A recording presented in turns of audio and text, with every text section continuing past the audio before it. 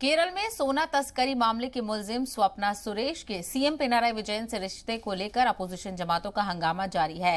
कांग्रेस के बाद आज बीजेपी की खातून विंग ने जोरदार एहतजाज किया और इस दौरान उन पर पुलिस ने पानी की बौछार भी की, लेकिन उनकी नारेबाजी जारी है।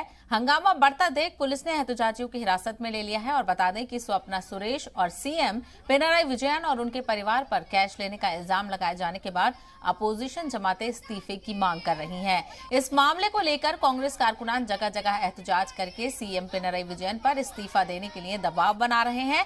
हालांकि कल स्वप्ना सुरेश ने पेशी के दौरान खुद इन इल्जामात की वजाहत पेश करती हुई वो नजर आई थी। How can he say that I edited it? I destroyed the original voice. That means he is strongly connected. Honorable Chief Minister is strongly connected with Shaj Kiran. They sent Shaj Kiran to my office, and because of which now they have registered another conspiracy case on me. No way.